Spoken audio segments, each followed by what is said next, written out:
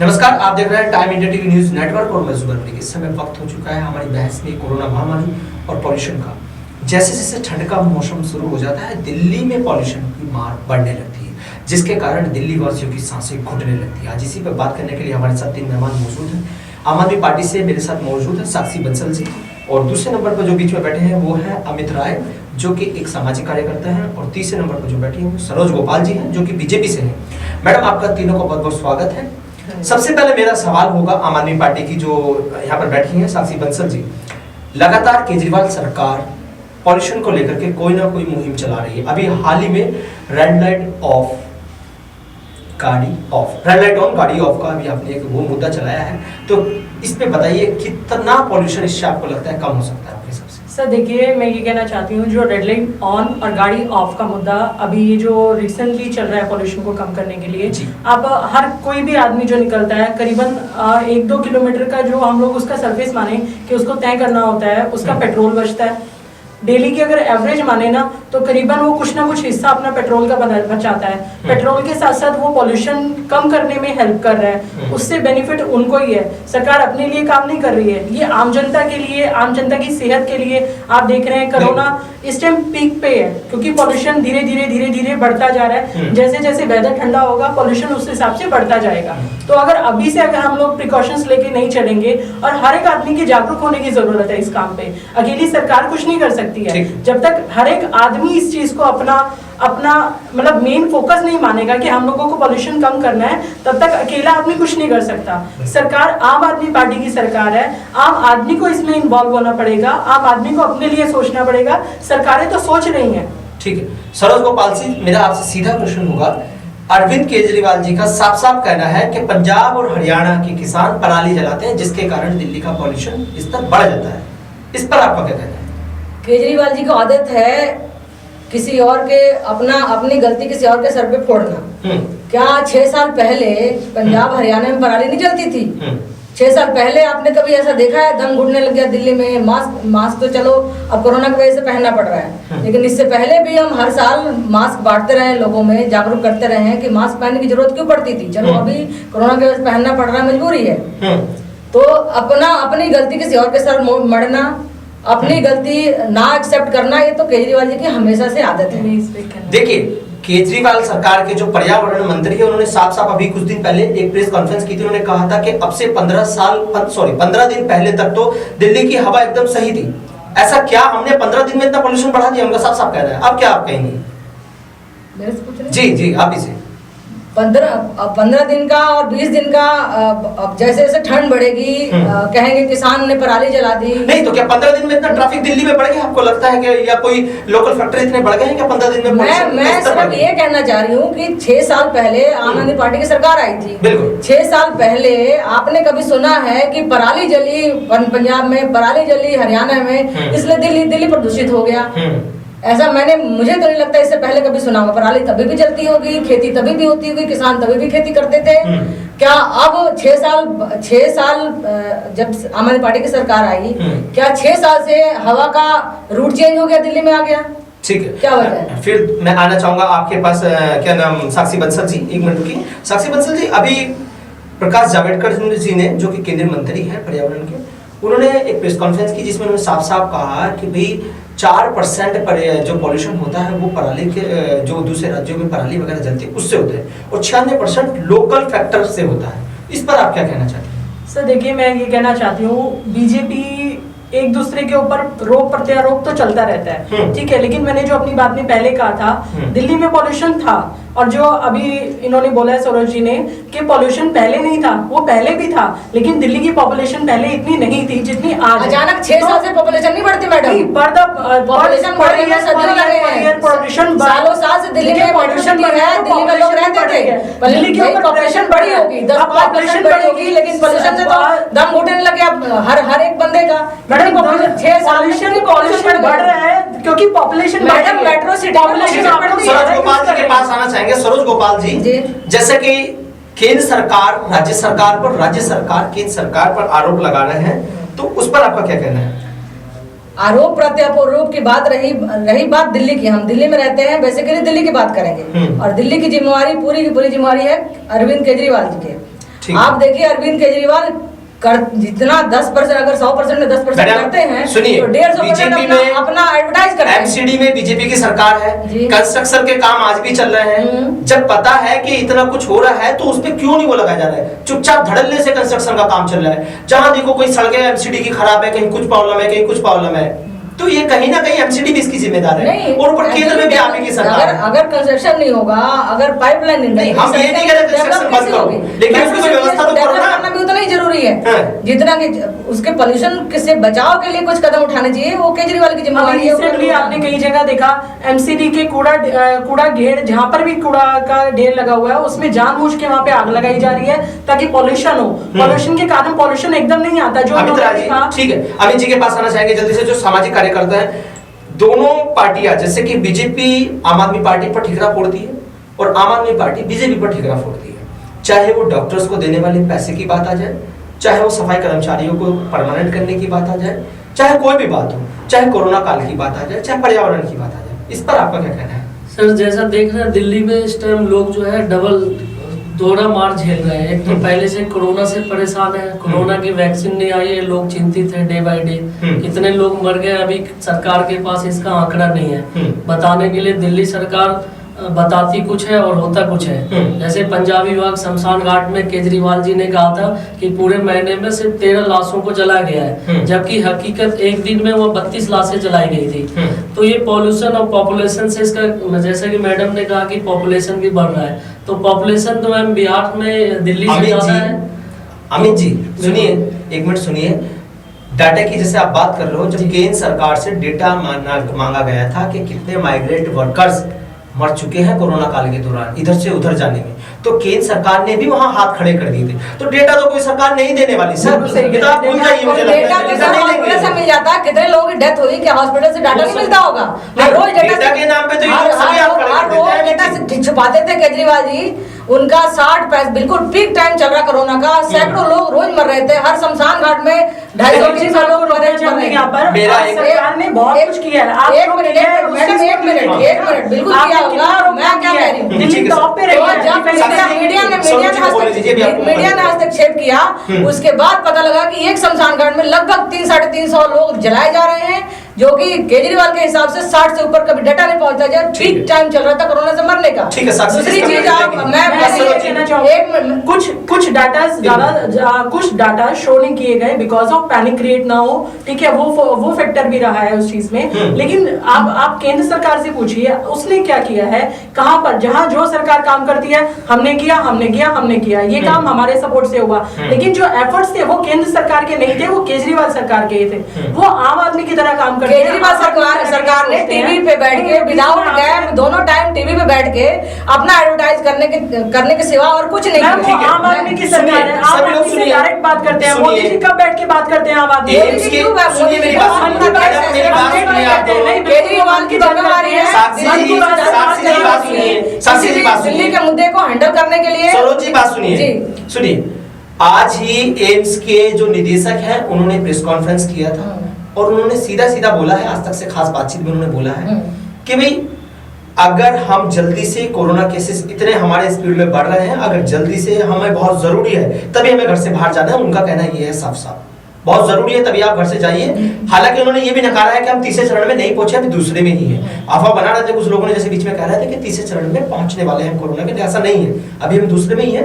लेकिन हालत ये है कि हमें अगर कोई बहुत जरूरी काम है तभी हम जाए, मास्क लगा कर जाए। ये बार गुजारिश केजरीवाल जी भी कर रहे हैं और केंद्र सरकार के माननीय हमारे जो प्रधानमंत्री है वो भी कर रहे हैं। तो कहीं ना कहीं जनता भी लापरवाही बरत रही है, तो उसके लेकर के आप क्या कहेंगे समाज सेवक जो आप हैं? जनता अभी यहाँ पे देखिए ना, अब जनता जैसे पहले जागरूक थी कोरोना को लेके, लेकिन सरकार ने अभी धीरे जैसे अनलॉक में हर चीजों को डील देती जा रही है। अभी मार्केट में जाके स्थिति देखिए किस तरह से लोग, मतलब कल मैं आपको ये संडे मार्केट की बात बता रहा हूँ, पिछले संडे की, मतलब पैर रखने की जगह नहीं थी और वहाँ पुलिस वाले घूम रहे थे। वो उन पे एक्शन ना लेके और वहाँ उनको 100, 200, 300 ऐसे पर्चियां काट रहे हैं। लोगों को जब तक आप थोड़ा वो नहीं समझाएंगे जागरूक, अभी बीजेपी 2-4 दिन से देख रहा हूँ मैं रोड पे लोगों को जागरूक कर रही है। अच्छा। पॉल्यूशन कर रहा सर, तो जगह जगह गंदगी के ढेर लगा हुआ है। आप आप इधर रहते हैं शायद जनकपुरी में, तो आपको पता नहीं है।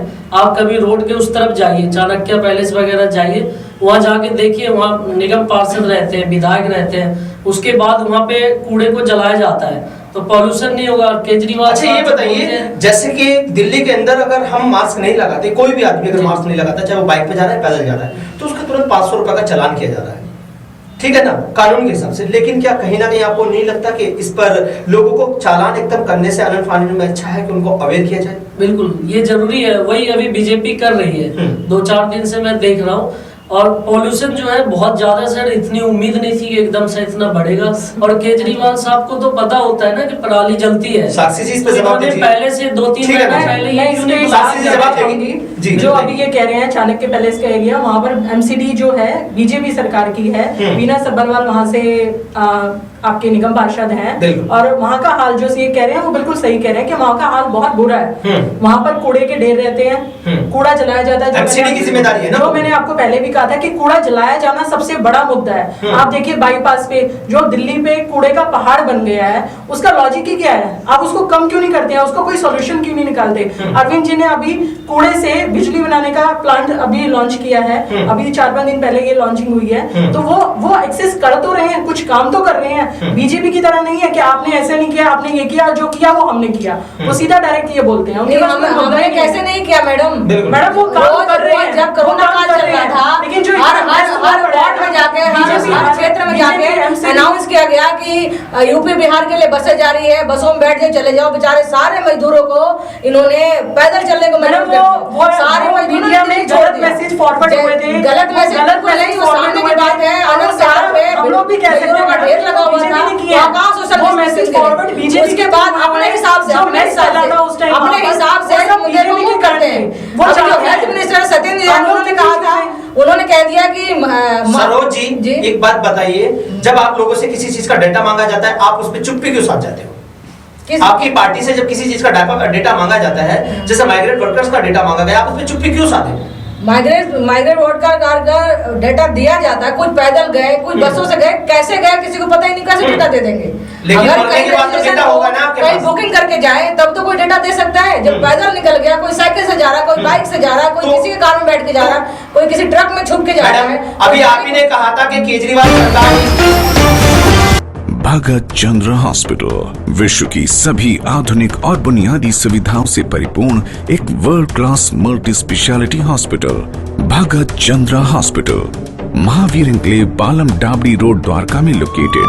साउथ वेस्ट दिल्ली का 120 बेड वाला एकमात्र आधुनिक मल्टी स्पेशलिटी हॉस्पिटल, जहां 24 घंटे आपकी सेवा में उपलब्ध हैं क्वालिफाइड डॉक्टर्स, ट्रेन्ड नर्सेज और experienced paramedical staff. Doctor CM भगत और डॉक्टर उपासना भगत द्वारा स्थापित भगत चंद्र हॉस्पिटल। ब्रेक के बाद फिर से आना चाहेंगे हम समाज सेवक अमित जी के पास। अमित जी ये बताइए, जैसे कि लगातार लोग अपने घरों का कूड़ा और कचरे की अगर बात आती है, वो उठा करके कहीं ना कहीं जहां भी स्टैंड होगा उसको वहां पर वो छोड़ आते हैं। उसके बाद उसको रख रखाव के लिए एमसीडी क्या कर रही है? एमसीडी का जैसा देखता हूँ मैं, एमसीडी एक जहाँ पे कूड़े का ढेर है ना, मेरे ख्याल से वहाँ पे एक कैमरा लगाना चाहिए, और जिसका डायरेक्ट पुलिस स्टेशन में उसको एक वो दिया जाए, एक बंदे को बैठाया जाए स्पेशली कि देखो कितने लोग वहाँ पे कूड़ा डालते हैं। और एक बार ऐसा पुलिस वाले को ना, ऐसे मतलब हम लोग जैसा नॉर्मल ड्रेस में आके, और उनको एक बार चालान काटना चाहिए मेरे हिसाब से।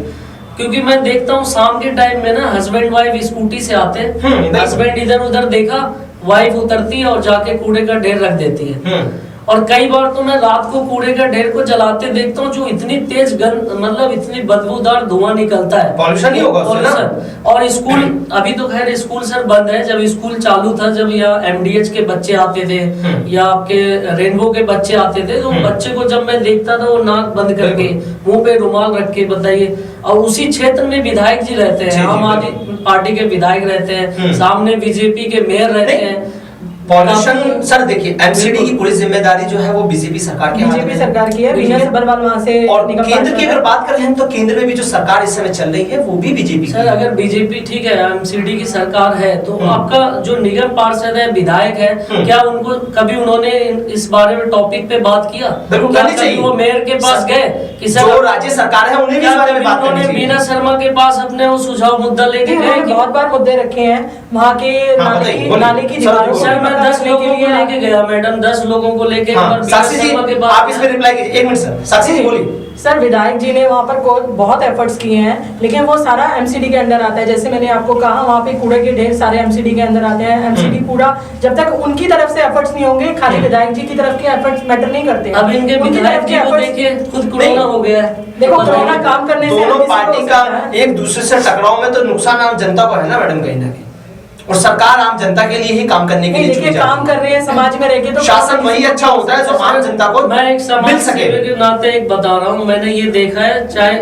विधायक जी हूँ मैं कितनी समस्या लेके जाता हूँ, ठीक है बीना शर्मा चलो ठीक है सुनती तो है, कम से कम समस्या सुनती है, रजिस्टर पे कहती है आप नोट कर जाओ। विधायक जी तो मिलते नहीं है पब्लिक से। नहीं विधायक जी का पानी की टंकी के पास ऑफिस है, आप जब मर्जी नहीं, कहीं नहीं मिलते, दो नहीं से बात मिलते, नहीं करते। मैं- कई बार आप मैं- मुझे बताइए, मैं- मैं मिलवाने के पीछे लिए आपको- पीछे मैंने उनके एरिया में खिलाफ पानी की मैंने समस्या कई थी। बार मैंने फेसबुक पे यूट्यूब पे उनके नहीं, खिलाफ डाला है। सब मिलते हैं। रिटर्न आप जब कंप्लेंट भी किया जाएं, हुआ है। गंदा पानी इस बिल्कुल बाल्टी में नहीं भर मिलता। भर के लेडीज गई थी दिखाने, विधायक जी आए नहीं, 1 घंटे तक लोग बैठे रहे, उनकी बीवी कहती है विधायक जी तो है नहीं।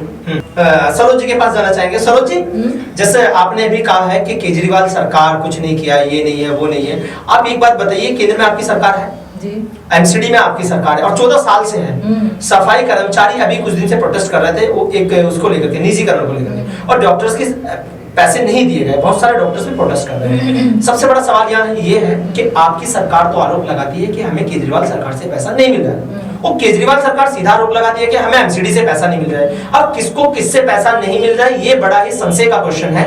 यहाँ पब्लिक को बहुत दिक्कत है, मतलब जो लोग नौकरी कर रहे हैं उनका घर कैसे चले, इसका क्या सॉल्यूशन है आप पे? उनका अब ये है कि दोनों केंद्र सरकार और स्टेट सरकार दोनों को मिलके भाई पब्लिक के भलाई के लिए जो डिसीजन लेना चाहिए। अगर जो केंद्र सरकार नहीं दे रही तो उनको देना चाहिए, और केजरीवाल लेके नहीं दे पा रहे हैं तो उनको भी सैलरी देनी चाहिए। रही निजीकरण की बात तो मैं देखती हूँ हर वार्ड में आप देखेंगे 250-300 वर्कर्स होते हैं झाड़ू लगाने के लिए, गार्बेज उठाने के लिए, लेकिन ग्राउंड पे पहुंचता है जो कॉन्ट्रैक्ट पे होता है। आप ये देखेंगे कि ग्राउंड पे जो झाड़ू लगाने वाला होता है वो एमसीडी कर्मचारी नहीं होता, कॉन्ट्रैक्ट पे एमसीडी जो भी लगे होते हैं वो कॉन्ट्रैक्ट पे भेज के झाड़ू लगवाते हैं। तो अगर प्राइवेटाइज नहीं होगा तो सीरियसली काम क्यों करेंगे? एक बार सरकारी जॉब लग जाती है तो बिल्कुल अपने आप को क्या कहेंगे सरकारी दामाद बन के बैठ जाते हैं। वो चीज नहीं होनी चाहिए। आप जाके देखो सरकारी बैंक में किसी जाके देखो, आपको खून क्या सुनना रोना पड़ेगा तो कहना, वही आप प्राइवेट बैंक में जाते जितने हैं भी सरकारी आदमी वो सही से अपने कार्यों का निर्वाह नहीं करते। सरकार की गवर्नमेंट जॉब में जो involved हैं, आप उनके ऊपर ब्लेम कर रहे हो। केंद्र सरकार में जो बैठे हैं जो जॉब कर रहे हैं, मतलब आप कह रहे हो कि सरकारी आदमी काम नहीं करता है। 90% पे काम करना है। हर कॉम में सब कुछ हर प्राइवेट जगह- कर देंगे तो जी सरकार क्या करेगी? सरोज जी जी आपको लगता है कि वो काम नहीं करते इसलिए आप लोग निजीकरण उनका कर रहे हो, चाहे वो रेलवे हो, बिल्कुल, चाहे वो एरोप्लेन जो है उसको लेकर के आप बात कर लो, चाहे आप हॉस्पिटल्स को लेकर के बात कर लो, चाहे आप निजीकरण से नुकसान क्या चाहे है? आप- सैलरी उनको चाहे आप मिलेगी, इसकी जॉब सफाई उनको कर्मचारी मिलेगा। एमसीडी की बात कर लो। लेकिन रही तो बात आप की आप उसमें देखिए ना उनकी मनमानी हो जाएगी।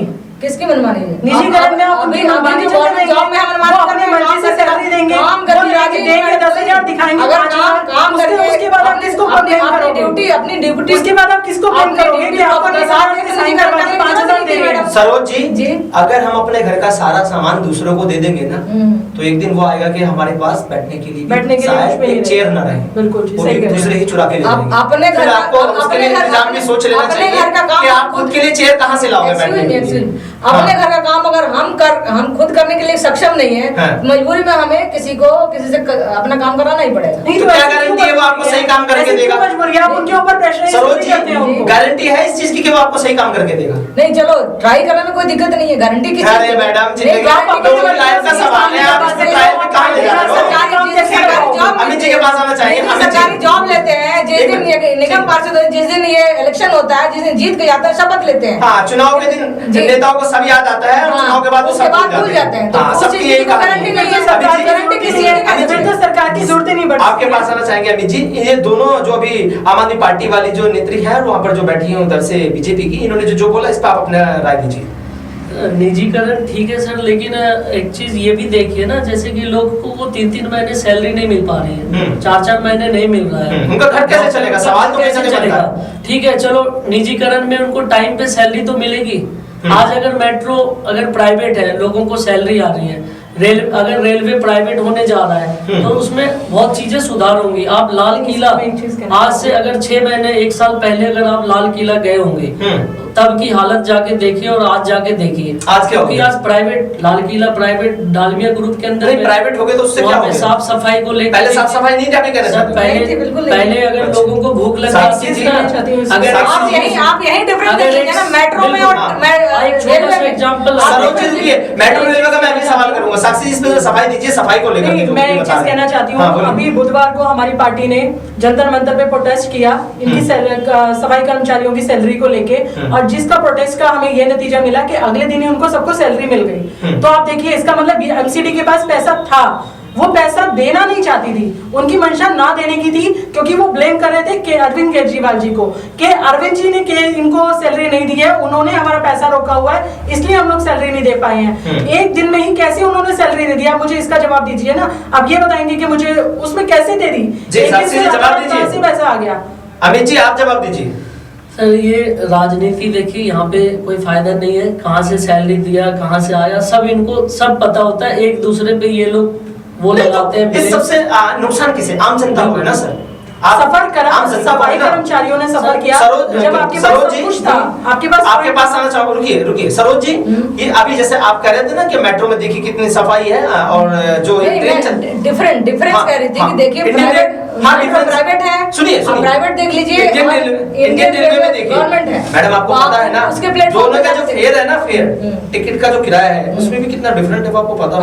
बिल्कुल पता है। आप 60 रुपए में अगर इंडियन रेलवे की बात करो ना, तो कम से कम 60 रुपए में मैं कहता हूँ 200 किलोमीटर का सफर कर लोगे लोकल गाड़ी में, बिल्कुल सही है, बड़े आराम से। और अगर इसमें आप मुझे नहीं लगता 200 किलोमीटर बैठ जाओगे इसके अंदर। नहीं भाई, 200 किलोमीटर का उसका रूट ही नहीं है तो कैसे जाएंगे? नहीं, आप ये भी तो देखिए ना, प्राइवेट और गवर्नमेंट की बात। हमारा भारत एक कृषि प्रधान देश है और हमारे अधिकांश लोग गांव में रहते हैं, और गांव का हमारा बहुत पुराना नाता है पूरे देश का, और सभी लोग आना जाना लोगों का इन्हीं ट्रेनों से होता है, इंडियन रेलवे से, और कहीं ना कहीं उस पर सवाल तो बनते हैं।